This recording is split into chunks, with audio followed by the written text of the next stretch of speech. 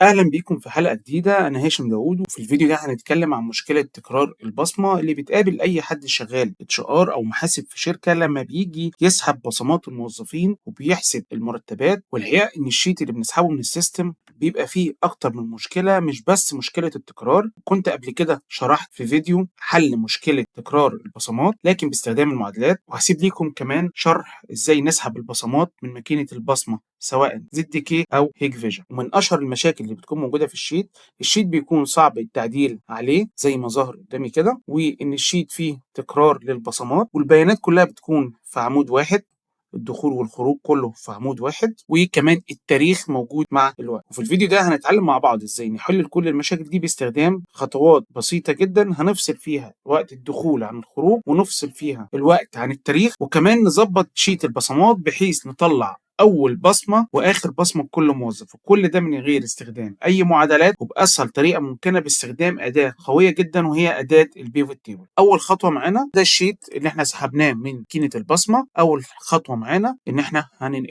هنعمل له كوبي في شيت تاني. هعمل كنترول ان هيفتح لي تاب جديده، اضغط كنترول اي بالشكل ده كده، واجي هنا واعمل بيست انقله هنا. يعني كده بقى ممكن ان انا اعدل عليه بالشكل ده. لاحظ ان في كولمز كتيره، كل ده احنا مش محتاجينه بالشكل ده كده، هنمسحه. انا مش محتاج هنا غير حاجتين: كود الموظف وتاريخ البصمه والبصمه نفسها. تاني حاجه معايا، احنا محتاجين نفصل الوقت عن التاريخ زي ما ظاهر كده قدامنا ان الوقت موجود مع التاريخ. نفصلهم ازاي؟ في عندنا طريقتين ممكن نفصلهم: بتكست تو كولم، ان انا احدد البيانات بتاعتي واروح من داتا من تكست تو كولم بالشكل ده كده، واختار فيكسد ويتس بالشكل ده كده، وادوس نيكست، وابتدي احدد الفاصل بتاعي مثلا وليكن ده كده، واقدر من هنا اتاكد ان الفاصل بتاعي مظبوط بحيث ان هو ما ياخدش من تاريخ على التايم او من التايم على التاريخ بالشكل ده. الاحظ ان الفصل مظبوط، واضغط نيكست واختار المكان اللي هيفصل لي فيه وادوس فينش.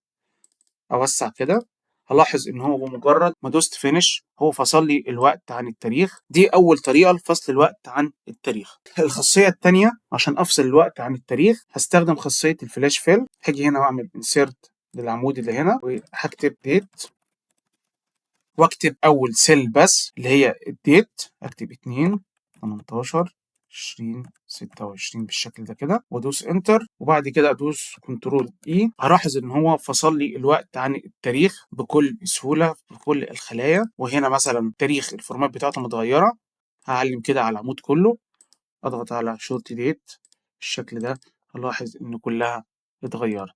ده كده الديت. طب محتاج افصل الوقت، هعمل عمود جديد برضو واكتب عليه التايم، واكتب الوقت بس 08 27 دقيقة 21 ثانية، والتايم بتاعي ده AM، وادوس انتر، وبعد كده ادوس على كنترول اي. هلاحظ ان هو فصل لي تايم عن الديت وعمل فلاش فيل لكل التايم اللي موجود في كل العمود وفصله لي. دول طريقتين: طريقة الفلاش فيل وطريقة تكست تو كولم. دي كده مشكلة ان الوقت والتاريخ موجودين في كولم واحد. الحاجة اللي بعد كده مشكلة تكرار البصمة. احنا كده خلاص مش محتاجين ده، الكولم ده احنا كده كده فصلنا. الخطوه اللي بعد كده معانا ان احنا هنجيب اول بصمه واخر بصمه للموظفين، لان الموظف ممكن يبصم اكتر من بصمه دخول واكتر من بصمه خروج، ودي بتعمل مشكله واحنا بنعمل مرتبات. طيب نحل الموضوع ده ازاي؟ احنا حليناه في الفيديو اللي فات بمعدل اكس لوك اب، وغيرنا فيها شويه بحيث انها تشتغل على اول بصمه للموظف واخر بصمه للموظف. المره دي هنستخدم البيفوت تيبل لحل المشكله دي. هنضغط على كنترول اي، علمني على البصمات كلها، وبعد كده اروح على من انسيرت على بيفوت تيبل بالشكل ده، واقول له في نيو شيت. دي رؤوس الاعمده اللي موجوده عندي: كود الموظف والديت اند تايم اللي قبل ما نفصله، والتايم والديت. احنا هنحتاج كود الموظف والتايم والديت. يلا بينا دلوقتي نفصل الوقت عن التاريخ. هنروح على النمبر كود او الامبلوي كود بالشكل ده كده واحطه في الروز، وبعد كده اروح على الدايز واحطه في الروز برضو، واجي على التايم واحطه في الفاليوز. هنعمل هنا خطوة مهمة جدا، ان احنا هنحول زي ما ظهر هنا هو عامل كاونت للتايم، لا انا محتاج اغير الفورمات بتاعته. هاجي هنا كده من فورمات، ادوس ان هو تايم بالشكل ده، واكتب هنا مثلا ده الان، واجي برضو على التايم وكرره كمان مرة واكتب هنا ده الاوت. برضو ده كده مش تايم ان وتايم اوت. بحل المشكلة دي ازاي؟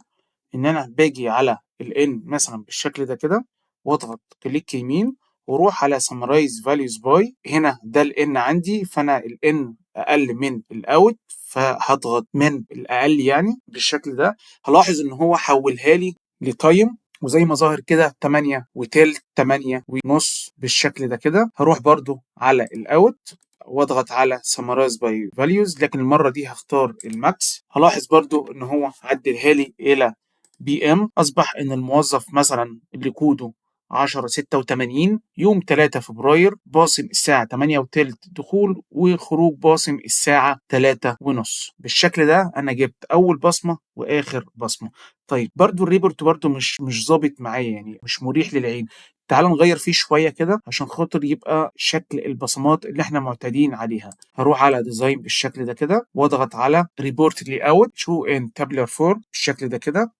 هلاقيه ابتدى يظهر معايا. طب برضو عايزين نعدل فيه اكتر عشان يبقى كل يوم للموظف كود وتاريخ وتايم ان وتايم اوت كما هو معتاد. هضغط برضو هنا واروح على ديزاين، ومن سب توتالز ضغط على دونت شو سب توتالز، وبعد كده اروح على ريبورت لي اوت برضو تاني واضغط على ريبوت اول ايتمز ليبلز. هلاحظ ان هو كرر لي كود الموظف. دي كل البصمات الخاصة بالموظف خلال الشهر ده أو خلال المدة اللي أنا ساحبها بالشكل ده كده. يبقى الموظف اللي كوده 10/86 يوم 3 فبراير باصم 8 وتلت دخول وباصم 3 ونص خروج. وبكده نكون حلينا مشكلة تكرار البصمة بدون أي معادلات وبأسهل طريقة ممكنة. لو عجبك الفيديو ما تنساش تعمل لايك وتشترك في القناة علشان يوصلك كل جديد، وأشوفكم في فيديو جديد.